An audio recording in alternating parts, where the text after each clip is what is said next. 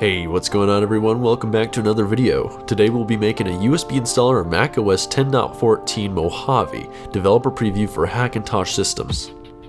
For the interest of full disclosure, this video is for educational purposes only.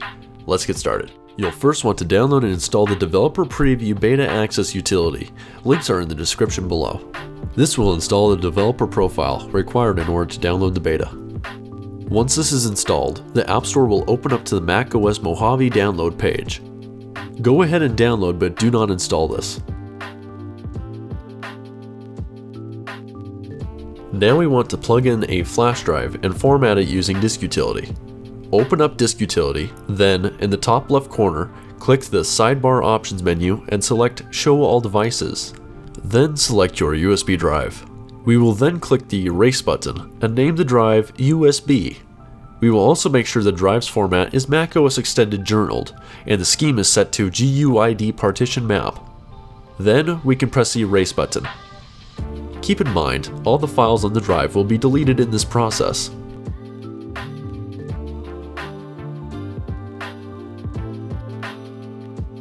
Now we open up Terminal to run the createinstallmedia command. Copy the command found in the description below and paste it into Terminal.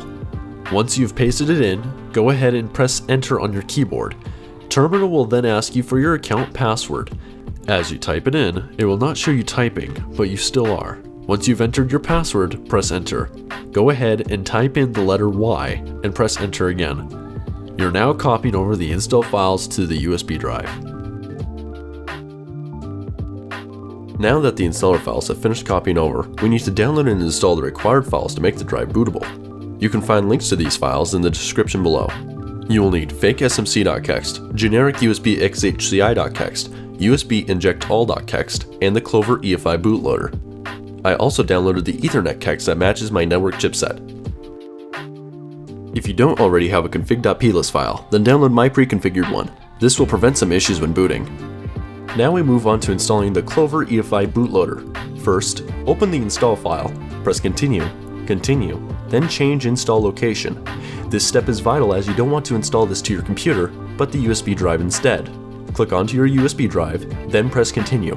Next, press Customize and have these options checked. If you want a more in-depth summary of what needs to be checked, visit the install guide on the Mark with Tech forum below. And finally, it's time to open up the EFI partition of the USB drive. In here, open the EFI folder, then Clover.